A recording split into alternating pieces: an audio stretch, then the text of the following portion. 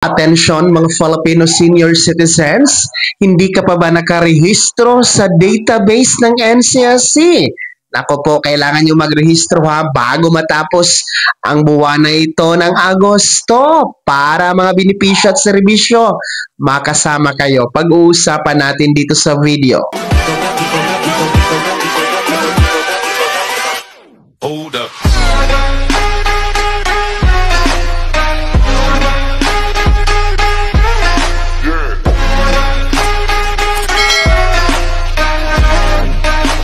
Hello mga ka-vlogs! Welcome dito sa aking YouTube channel. Magandang araw po sa lahat ng mga manonood. Saan po kayong dako sa mundo? Kumusta mga ka-vlogs? Eto, makinig mga lolo at lola. Hindi ka pa rin ba nakarehistro sa database ng NCSC? Aba, kailangan nyo na makarehistro ha sa database bago matapos ang buwan na ito ng Agosto. Para mga benepisyo at serbisyo, makasama po kayo at makukuha. Mamaya-maya ituturo ko sa inyo paano nga ba magrehistro. Pero kung bago ka pa lang dito sa aking YouTube channel o di kaya hindi ka pa nakasubscribe, abay click nyo muna ang subscribe button na nasa baba. Huwag kalimutan na pindutin ang notification bell. Ilagay sa all para naman updated ka sa lahat ng mga videos na aking i-upload. So eto na, makinig lahat ng mga senior citizens, lalong-lalo pa po yung mga hindi pa nakarehistro sa database ng National Commission of Senior Citizens or NCSC.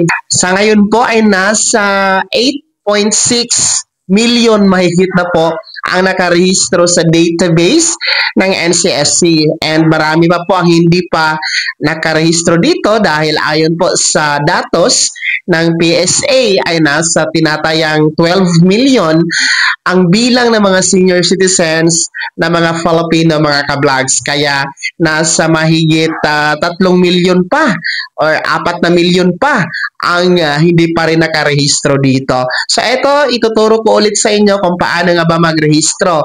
Una sa lahat, online lamang po ito ha. Ibig sabihin, gamit lamang ang inyong mga gadget gaya ng laptop, cellphone at iba pa, no? And kailangan may wifi kayo, o di kaya naman po malakas ang data. So, kailangan nyo din po gamitan ang inyong cellphone. Pumunta po kayo sa Google at i-type nyo po ang website ng NCSC, ang www.ncsc.gov.ph. Then, pag-click nyo po yan, ay dadalhin na po kayo sa portal ng NCSC website. And talagang iisa lang talaga ang legit at official website ng NCSC ha. Ito lamang www.ncsc.gov.ph. And kung makikita nyo po sa portal ng NCSC, makikita nyo dyan yung frontal no na serbisyo at benepisyo ng NCSC for the elders. Gaya po ng Expanded Centenarian Act, cash benefit, yung Senior Citizen Community Care Center, and yung ating trabaho para sa mga senior citizen. And then, makikita nyo po din dyan ang bilang ng mga nakarehistro sa database ng NCSC as to date mga ka-vlogs. Gaya po, ngayon, nasa 8.6 million mahigit na po ang nakarehistro sa database ng NCSC. And sa baba po, makikita nyo po yung register here and verify here mga ka-vlogs. So, since magrehistro tayo, i-click nyo po yan, register now. Then, pag-click nyo po yan, ay dadalhin po kayo sa mga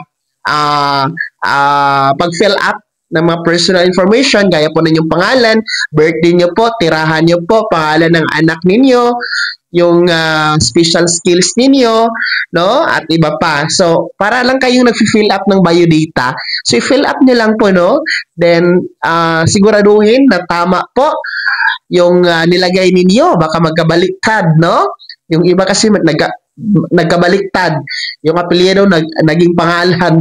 So, make sure na tama yung spelling para po hindi magka-problema kung mag-claim ng benefits, no?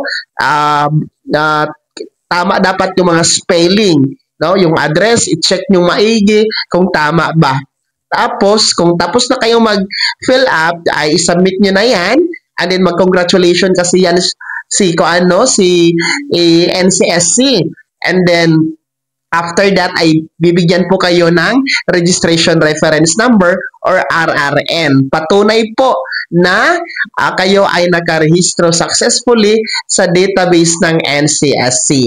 Well, kailangan nyo talaga magrehistro dito mga ka-vlogs dahil ayon naman po sa NCSC, mas madali kasing makikita ang inyong pangangailangan base sa datos ng NCSC doon sa inyong registration.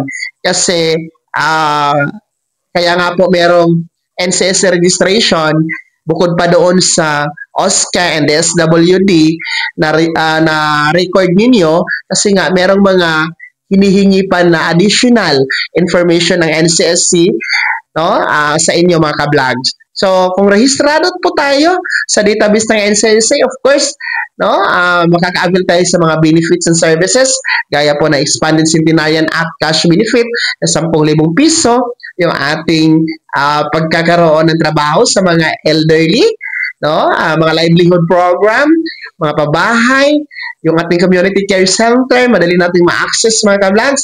And of course, updated po kayo sa mga legit information and balita po na nanggaling mismo sa NCSC para sa kapakanan ng ating mga lolo at lola. Kaya magrehistro na po. Sa mga hindi pa po nagrehistro, magpatulong po kayo sa inyong mga anak, sa inyong apo. O di kayo naman po, pwede kayong sumadya sa OSCA office na nasa inyong LGU. Pwede kayong magpatulong doon na i-rehistro kayo sa mga NCSC sites nationwide mga ka-vlogs. Kaya naman mga senior citizens, ano po yung comment attraction sa balitang ito? Tapos na ba kayo magrehistro sa database ng NCSC? And pahabol nga pala pwede na kayong magkuha ng Digital Senior Citizen ID. Ayon sa NCSC, gamit ang eGov.ph. So, sino sa inyo dito naka-generate na ng Digital Senior Citizen ID? Bagong benepisyo po yan sa pagiging rehistrado sa database ng NCSC. So, sino sa inyo dito ang hindi pa rin nakarehistro? Ibahagi niyo po sa comment section na nasa baba pakilakip ng buong pangalan at kung taga saan kayo. Bago ako magtapos sa video na to, kung gusto niyo pong sumuporta sa aking YouTube channel, maaari niyo pong i-click ang ating super thanks button na nasa baba. Sa mga gusto mong i-miyembro, pwede po i-click yung lamang ating join button. Maraming perks dyan mga ka-vlogs.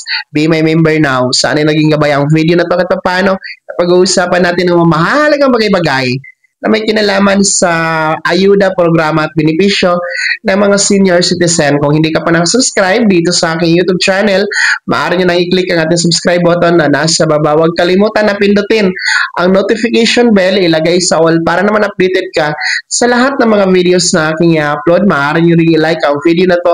At kung meron ka pa mga katanungan, maaari nyo i-comment sa comment section na nasa baba. Paki-follow na din po ang aking official Facebook page na nasa screen nyo. Muli po, ako si Daniel Timpawa na nagsasabing dito sa aking YouTube channel, pawang katotohanan at lahat totoo lamang.